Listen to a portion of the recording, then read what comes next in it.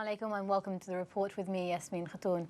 On tonight's programme, we'll be taking a look at UKIP win in Clacton and Bosnian elections over the weekend. But now, as yet another blast brings the death toll in Yemen to 75 people in 2 days, Flamini Jambava looks at the political implication of these attacks. At least 67 people have been killed in twin suicide blasts across Yemen, one targeting a gathering of Shia protesters in the country's capital, and the other a military outpost in one of the eastern provinces. The attack on the Houthi protesters killed nearly 50 people in the capital city of Sana'a on Thursday. الشهداء تسقط أمامي الذي شفتم بعيني يعني حوالي أكثر من العشرات الذين سقطوا شهداء من غير الجرحى.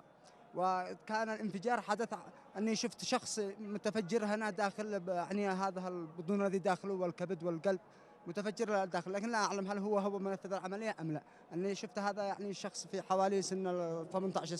There was no immediate claim of responsibility for the attack, but the incident mirrors previous bombings carried out by the Al-Qaeda group in the Arabian Peninsula. The attack comes at a critical time for the country, amid fears that the political standoff between Shia protesters and the president might descend into civil war. The protesters rejected the nomination of a new prime minister on Tuesday, who was proposed as part of a UN-brokered peace deal. فالرئيس هادي الأحمد عوض بن مبارك لرئاسة الوزراء هو قرار غير شرعي، لأن هذا يتعارض مع اتفاقية السلم والشراكة التي أكدت على قضية الشراكة وعلى مبدأ الشراكة ومبدأ التوافق في اتخاذ أي قرار سياسي، وخصوصا فيما يتعلق برئاسة الوزراء. Sana'a residents were concerned about the effect of a delay in forming a government. مع تأخير تشكيل حكومة لأن هذا يسبب قلق على الجمهورية اليمنية، وليس أيضا من العدل أن البلاد تبقى دون حكومة. The Houthis, a traditionally marginalized group, have emerged as Yemen's main power brokers since their paramilitary forces seized the capital on the 21st of September. They want a new independent government in which they can have an equal say. But by deploying hundreds of fighters in the capital and threatening to prolong their civil disobedience campaign, the Shia group is reinforcing fears among Yemen's predominantly Sunni population that the group wants to take over the country. Joining me to discuss this from Yemen is journalist and political analyst Peter Salisbury and Nasir Arabi, Director of Media Agency Yemen Alan. Thank you very much for joining us. Peter, can I come to you first? This is the second attack we've seen in 2 days. Are we expecting a third one tomorrow? Well, to be honest, there's been what would appear to be an attempted attack today. And we've seen any number of attacks over the last 2 weeks, not just in Sana'a, but across the country. So as the standoff was brewing between the president and the Houthis over the appointment of the new prime minister, at the same time Al-Qaeda attacked 2 different military outposts in the east and west of the country, claiming that they were being run by Houthis. And I think that this is a trend that will only grow and grow from here on in, and increasingly the rhetoric from Al-Qaeda and its various splinter factions here in Yemen is one of we need to go to war with the Houthis. Well, is this Al-Qaeda's motive, if it is them that were behind this attack? What would the motive be, realistically? And I know that people tend to describe the Houthis or Ansar Allah as a Shia group, or they're a little bit more complex than that, and they have Sunni supporters among their numbers. And you have people who support them for political and for religious reasons. But Ansar al-Sharia, the local Al-Qaeda affiliate, has very much presented them as this Shia group that's trying to take over the country. And they also need to present themselves as a strong force in Yemen, because this is a very big opportunity for them to bring more supporters in by claiming that a Shia group has taken over the country, and at one and the same time that they have to fight them, and they're the last bastion of Sunni defense in the country. It's a much more complex situation than that, but that's the rhetoric they're going for. And in doing this, in attacking the Houthis in this manner, I think they would be showing themselves as building up to a fight with the group. Nasir, can I bring you in here? Now, we've been following developments in Yemen over the last month. A number of things have taken place, but what is the situation like now? Well, I think now it's very complicated, and Houthi is getting stronger and stronger, and Hadi is getting weaker and weaker, the president, and Houthi now might say might demand the presidency of the republic other than the prime minister or the presidency of the government. So the moment is very dangerous. I mean, what happened today was in favor of Al-Houthi. Houthi now wants the price of what happened, and the price would be very, very much. How close is the situation to reaching civil war? Well, civil war is a word that has no definition. For Yemen, it's more than civil war now. For about 3 or 4 years. I mean, it's a failed state, and no government, no state, no rule of law. So it's something like this. Every day you see the bombings and the killings every day. So what is the civil war? It's like civil war. It has everything. It has sectarian things. It has political. It has economic. It has everything. Peter, can I bring you in here? Nasir's mentioning the political situation over the last few years that we've seen in Yemen, not just what we're seeing recently. Has this left a vacuum for the violence that we're seeing now? I'm sorry, could you repeat the question? Nasir is mentioning the situation in the country over the last few years, dictatorship, violence, a number of things that have taken place, not just the recent violence that we're seeing. Has this left a vacuum for what we're seeing now?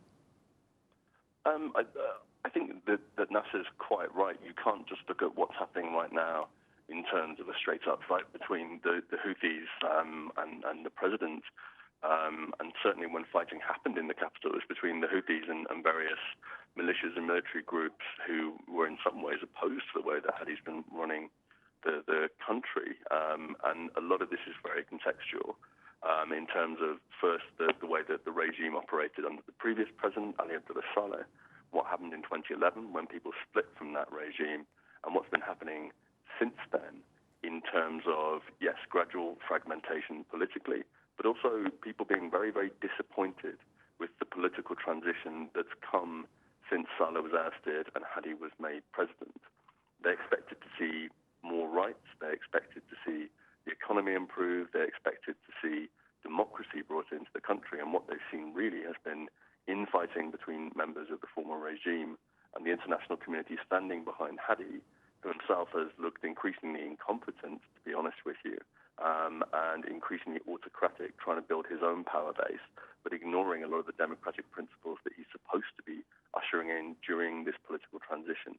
Are these the issues at the heart of the crisis that we're seeing? I think that you've got two different issues really here. You've got a play for power by a number of different actors, including the Houthis, people who are trying to use the Houthis and people who are implacably opposed to them. You've got Hadi himself, who's trying to steer the situation in such a way that he can get through it and remain president by this point.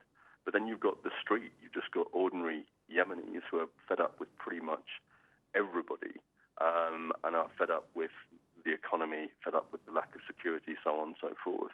And what the Houthis' appeal has been built on, in part, has been a promise that they're this broom and they're coming to sweep all these old guys out and bring something new in, including security, stability, and with it, an improved economy. And I think that's attractive to a lot of people at the moment. But their main concern is whether or not the Houthis have grander designs, whether they believe in democracy, so on and so forth, and whether or not they're trying to just create their own dictatorship, which many people believe would be a lot stricter than Saleh's was. Peter, you're in Sana'a. Is this what the situation is like there? Is this what people are saying on the ground? Is this how they're feeling? The main conversation in Sana'a at the moment is how tenable Hadi's presidency is at this moment in time. There have been a number of missteps on his part. To the mind of many people, he's the president, and this group has come in and they control the capital right now. His nomination for prime minister didn't meet the criteria under the peace deal he signed with the Houthis for the selection of a new president. He's had, a new prime minister. That prime minister had to step down within 24 hours of being appointed. So he looks very weak right now. He's increasingly unpopular. And people on the street are definitely having conversations about whether or not he needs to go and they need to bring someone else in. But the question is, what kind of vacuum will that create? But at the same time, the vacuum is already there. There's a huge political vacuum. We don't have a government at the moment because we're waiting for the appointment of a new prime minister. And we don't have a president who seems to be able to actually use his powers in any way, shape or form, and is looking increasingly powerless. Nasser, can I bring you back in here? What is a possible solution to what we're seeing? The solutions for the situation now, you mean? Yes. I think the solution now is at the hand of the international community, because the international community was the key for the transition, and it should be now the key for the solution, because the international community is still